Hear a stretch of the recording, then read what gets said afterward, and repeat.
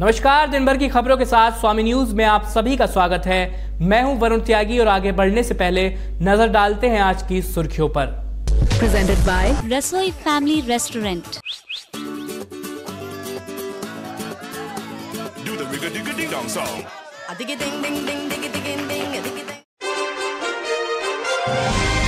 मुख्यमंत्री वसुंधरा राजे ने प्रदेशवासियों को दिया बड़ा तोहफा। स्टेट हाईवे पर निजी वाहन चालकों को नहीं देना पड़ेगा टोल टैक्स। जर्मन पर्यटकों ने पुलिसकर्मियों पर लगाया बदसलूकी का आरोप। पुलिस अधीक्षक से की मामले की शिकायत।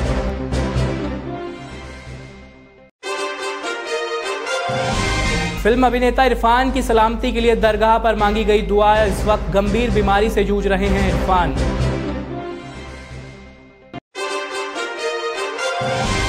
अजमेर स्टेशन पर शराब की तस्करी करते पकड़ा गया युवक। रेलवे पुलिस ने किया गिरफ्तार।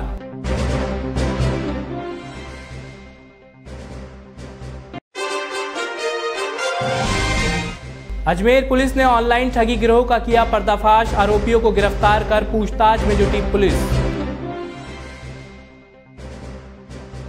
अब खबरें विस्तार से। मुख्यमंत्री वसुंधरा राजे ने विधानसभा में एक बड़ी घोषणा की है। अब राज्य के सभी निजी वाहन चालकों को स्टेट हाईवे पर टोल टैक्स नहीं देना पड़ेगा। प्रदेश के मुख्यमंत्री वसुंधरा राजे ने प्रदेशवासियों को बड़ी सौगात दी है। मंगलवार को विधानसभा में एक अहम घोषणा करते हुए मुख्यमंत्री ने प्रदेश के वाहन चालकों को बड़ी राहत प्रदान की है। राज्य सरकार ने प्रदेश के सभी स्टेट हाईवे को टोल फ्री कर दिया है। इस घोषणा के तहत अब प्रदेश के सभी स्टेट हाईवे पर निजी वाहन चालकों को टोल टैक्स नहीं देना पड़ेगा।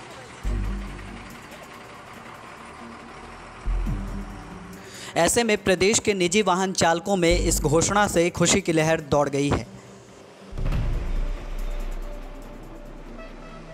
मंगलवार को विधानसभा में मुख्यमंत्री वसुंधरा राजे ने कहा कि प्रदेश के स्टेट हाईवे से गुजरने वाले निजी वाहनों को अब वहां पर टोल टैक्स नहीं देना पड़ेगा। इससे उन सभी निजी वाहन चालकों को राहत मिलेगी जिन्हें स्टेट हाईवे से होकर गुजरना पड़ता है। गौरतलब है कि हाल ही में अजमेर, अलवर और मांडलगढ़ में हुए उपचुनावों में भाजपा को हार का सामना करना पड़ा था, जिसके बाद प्रदेश सरकार पर कुछ अहम फैसले लेने का दबाव था। ऐसे में अब राज्य सरकार ने प्रदेश के निजी वाहन चालकों को स्टेट हाईवे पर टोल नहीं देने की बड़ी राहत प्रदान की है। ब्यूरो रिपोर्ट, स्वामी न्यूज़। स्वायत्त शासन विभाग जयपुर और अजमेर प्रशासन के बीच वीडियो कॉन्फ्रेंसिंग के जरिए एक बैठक हुई, जिसमें कई अहम मुद्दों पर चर्चा की गई। स्वायत्त शासन विभाग जयपुर ने आज वीडियो कॉन्फ्रेंसिंग के जरिए अजमेर प्रशासन के साथ बैठक की। इस बैठक में जिलाधिकारी गौरव गोयल, पुलिस अधीक्षक राजेंद्र सिंह के साथ जिले के तमाम आला अधिकारियों ने हिस्सा लिया। इस बैठक में मुख्य सचिव ने प्रशासन के साथ कई अहम मुद्दों पर चर्चा की। बैठक में रबी सीजन की फसल यानी गेहूं, चना और सरसों का खरीद मूल्य तय कर दिया है और किसानों को फसल बेचने की सुविधा देने के लिए एडिशनल केंद्रों की स्थापना करने का निर्णय लिया गया है। आज मुख्य सचिव महोदय द्वारा रबी सीजन में जो प्राइस सपोर्ट स्कीम के तहत जो फसलों का प्रोक्योरमेंट किया जाना है उसके रिव्यू और कोऑर्डिनेशन के बारे में मीटिंग ली गई। मुख्य रूप से अजमेर ज़िले में 3 फसलों का गेहूं, चना और सरसों का प्रोक्योरमेंट अगले माह अप्रैल में शुरू किया जाएगा। गेहूं का प्रोक्योरमेंट 1735 रुपये प्रति क्विंटल, चने का 4400 रुपये प्रति क्विंटल और सरसों का 4000 रुपये प्रति क्विंटल, ये बोनस मिलाकर टोटल इस दर पर प्रोक्योरमेंट किया जाएगा। गेहूं का प्रोक्योरमेंट एफसीआई द्वारा किया जाएगा और चना और सरसों का प्रोक्योरमेंट राजफेड के द्वारा किया जाएगा। चने के खरीद के कुल 6 केंद्र अभी तक फाइनल किए गए हैं।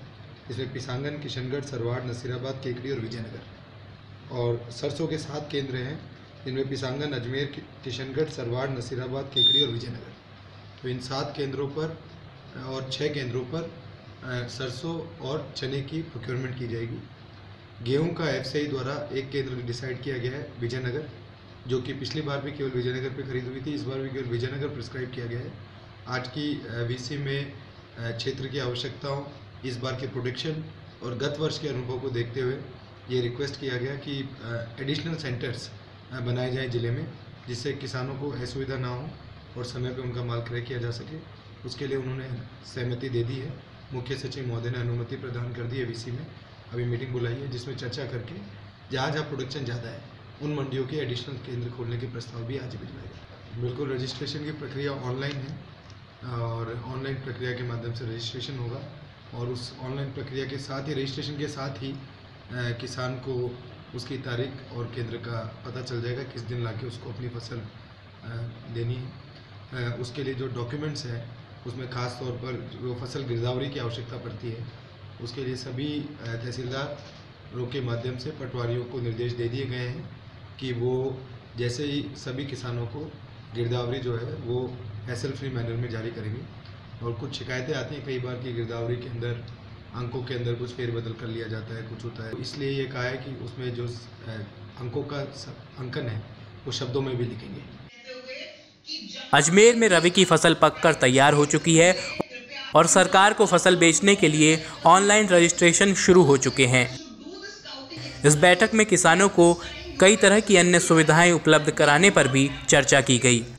अजमेर से पवन अटारिया की रिपोर्ट।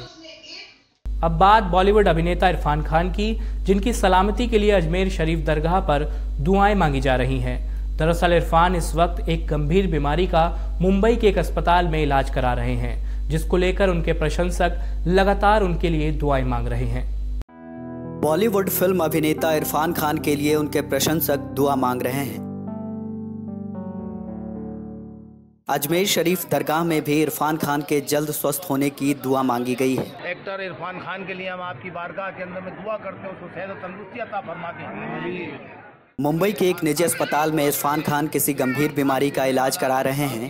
यही वजह है कि सबकी झोली भरने वाले सूफी संत हजरत ख्वाजा मोइनुद्दीन हसन चिश्ती के दरबार में उनके लिए दुआओं का दौर जारी है। गरीब नवाज की बारगाह के अंदर में यहाँ के खुदाम साहिबान और ज़ाहिरीनों ने मिलकर दुआ करी। इरफान खान पठान जो बॉलीवुड के एक्टर हैं, सीरियलों के अंदर में भी काम किया है, वो अस्पताल के अंदर में ब्रेन ट्यूमर की वजह से ज़िंदगी और मौत के अंदर में झूल रहे हैं। हुजूर गरीब नवाज उनको जल्द से जल्द सेहत तंदुरुस्ती अता फरमाकर हुजूर गरीब नवाज अपने आस्थाने पे हाज़िरी के लिए बुलाए। इसी को लेकर हुजूर गरीब नवाज के आस्थाने के अंदर में दुआ की गई कि अल्लाह ताला अपने हबीब के सदक़े में उसको सेहत तंदुरुस्ती अता फरमाकर आस्थाने पे हाज़िरी के लिए बुलाए। इरफान बॉलीवुड की 30 से ज़्यादा फिल्मों में अभिनय कर चुके हैं। इरफान ने टेलीविज़न की दुनिया में कई धारावाहिकों में भी काम किया है। कुछ ही दिन बाद उनकी फिल्म ब्लैकमेल रिलीज होने वाली है। इसके साथ ही वो द मिनिस्ट्री फिल्म की भी शूटिंग में लगे थे। अब बीमारी के बाद फैंस लगातार अपने हीरो की सलामती के लिए दुआएं मांग रहे हैं, ताकि वो एक बार फिर इरफान को बड़े पर्दे पर जलवा बिखेरते देख सकें। अजमेर से पवन अटारिया के साथ ब्यूरो रिपोर्ट। तीर्थ नगरी पुष्कर में जर्मन पर्यटक दल के साथ बदसलूकी का मामला सामने आया है। इसको लेकर जर्मन पर्यटक का एक दल आज अपने गाइड के साथ जिला पुलिस अधीक्षक कार्यालय पहुंचा और अपने साथ हुई बदसलूकी की शिकायत की। जर्मन पर्यटक दल के सदस्य जॉर्ज और उनके गाइड बसंत शर्मा ने पुलिसकर्मियों पर बदसलूकी का आरोप लगाया है। इसको लेकर ये लोग जिला पुलिस अधीक्षक से मुलाकात कर शिकायत दर्ज कराई। आप कुछ कह रहे थे? He was very aggressive. He was coming like this, and I put his hand down. So he's going to me this way, and I go some steps beside. After the police came and every very aggressive and acting like this. Later I did a video and it seems about 1 hour 30, and so we came to the police station. The police was crying.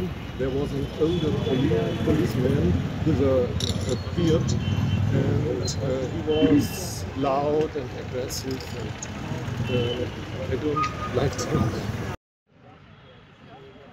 वहीं police अधीक्षक ने पर्यटकों को भरोसा दिलाया है कि मामले की जांच कर आरोपियों के खिलाफ उचित कार्रवाई की जाएगी। गाइड बसंत शर्मा ने बताया कि हमारे क्लाइंट के साथ धक्का मुक्की की गई और हमें थाने में भी काफ़ी देर तक बिठा कर रखा गया। तो उस वक्त टैक्स मिनिस्टर डूडी आए और उन्होंने मेरा आई कार्ड मांगा। मेरा आई कार्ड दिखाए जाने पर एक जो लोकल वहाँ पे बंदा था उसने आई कार्ड ले लिया। तो मैंने कहा भाई मेरा आई कार्ड वापस दे दे। तो उसने मुझसे तू तड़ाके से बात की। उसने कहा कि तू मेरे से तू नहीं आप कह के बात कर। तो मैंने कहा भाई जैसा भी तू और आप पहले मेरा I card they they, that is important then other things.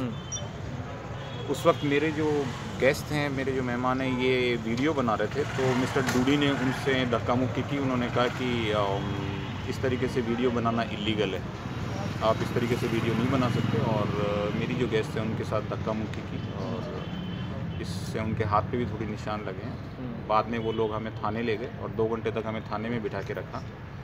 सिर्फ इसलिए मैंने मेरा आई कार्ड दे दिया, जो रिन्यूएशन आई कार्ड है जो 2018 तक वैलिड है वो भी मैंने दे दिया। तो भी वो नहीं माने और 2 घंटे तक थाने में बिठा के रखा। उन्होंने कहा कि हम तेरा ये लाइसेंस है, तेरे जो साइन है ये भी फोर्ज हैं और हम तेरे खिलाफ़ धोखाधड़ी का मुकदमा करेंगे। मैंने सिंपली उनसे कहा कि ठीक है आपको जो करना है वो कर लो, लेकिन मेरे गेस्ट को जाने दो। तो उन्होंने कहा कि नहीं, सबको यहीं बिठा के रखो, तू लपका है और तू जानता नहीं हम क्या क्या कर सकते हैं। इसके वीडियो उन्होंने खुद भी बना रखे हैं, देखा जा सकता है। मेरे पास भी वीडियो हैं जो मेरे गेस्ट ने मुझे भेजे हैं, जिस तरीके से उनका बिहेवियर था, जिस तरीके से उनका पूरा जो गालियाँ दे रहे थे या जो मिसबिहेवियर कर रहे थे। वो कह रहे थे कि आप यहाँ से लोकल फंड डाल लो, लोकल फंडे को पैसे दो। वहीं पुलिस का कहना है कि उसका आई कार्ड भी एक्सपायरी डेट का था। इसके बाद भी वो टूरिस्ट दल को लेकर पुष्कर पहुंचा था, जिस पर कार्रवाई की जा रही थी। पुष्कर से महेश मूलचंदानी की रिपोर्ट। बुलेटिन में वक्त है एक ब्रेक का। ब्रेक के बाद आपको दिखाएंगे एक सैंड आर्टिस्ट की जबरदस्त कलाकारी।